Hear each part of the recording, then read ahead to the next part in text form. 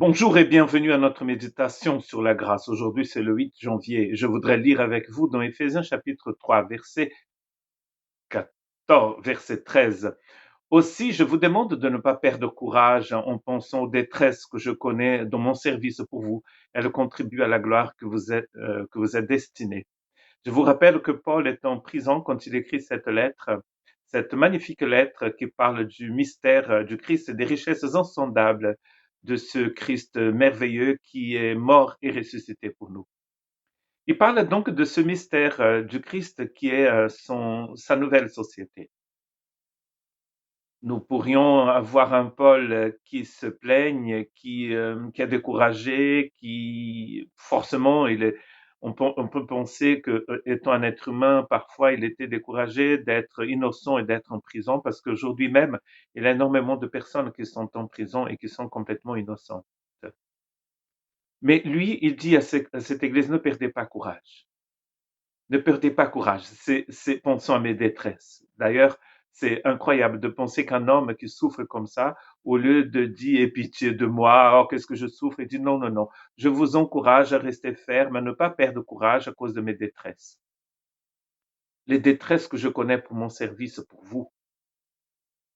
L'importance de la nouvelle humanité, l'importance de l'Église.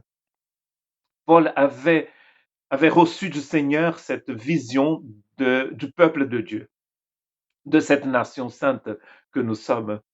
L'importance du corps du Christ. Il va dédier cette lettre étant décrit à cette nouvelle société, à cette Église. Est-ce que vous aussi, vous pensez que l'Église du Christ est importante? Quelle valeur elle a dans votre cœur? Est-ce que vous pensez que le paradis, c'est que pour vous? Est-ce que vous pensez que les bénédictions du Seigneur, c'est que pour vous? Ou c'est peut-être pour les partager avec les autres? Vous imaginez si ma main droite décide de faire chevalier seul, de partir dans la vie toute seule. On appelle ça un film d'horreur, La famille Adams, n'est-ce pas? Où il a cette main qui se balade toute seule. En réalité, cela n'existe pas. Nous sommes un corps. La croissance spirituelle du chrétien, à mon avis, c'est de découvrir l'importance du Christ dans sa vie et de découvrir aussi la part qu'il a à jouer dans le corps du Christ. Est-ce que vous priez pour vos frères et sœurs, ceux qui sont proches, ceux qui sont loin? Est-ce que vous êtes attaché à une communauté chrétienne là où vous habitez? Cela est très important. Il n'y a pas de corps du Christ qui soit divisé par membres qui se baladent dans la nature tout seul, ou des sarments qui ne soient pas liés à la vigne, au cep. L'Église est tellement importante pour Paul qu'il dédie son ministère, sa vie à cette Église du Christ. C'est pour vous que je suis en chaîne. Mes souffrances contribuent à la gloire qui vous est destinée, il dit ça. Peut-être ce Paul n'était pas en prison, il n'allait pas produire un document si important pour l'Église qui est cette épître aux Éphésiens, qui nous parle, qui nous montre, d'ailleurs c'est la seule, qui nous parle de ce mystère révélé en Christ, créé en Christ, mais qui existait déjà avant la fondation du monde.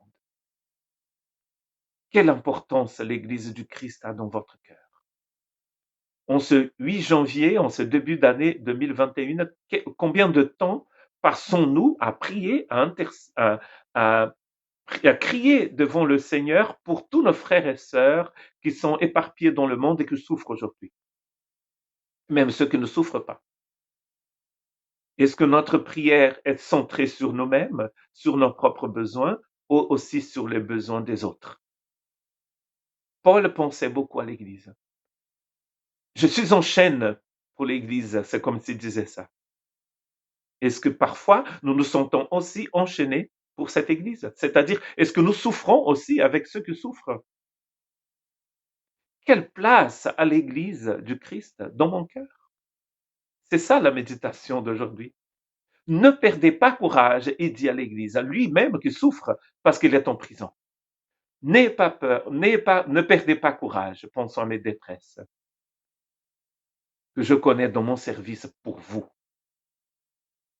Quelle est la souffrance Quelle pensée avez-vous pour l'Église du Seigneur? Est-ce que ça vous arrive de souffrir en prière dans votre esprit pour l'Église du Seigneur, pour la famille de Dieu? Il va d'ailleurs en parler à partir du verset 14. Cette famille de Dieu, très précieuse aux yeux du Seigneur, parce qu'il a donné sa vie. Il a versé son sang, comme dit Paul lui-même dans Actes chapitre 20, verset 28.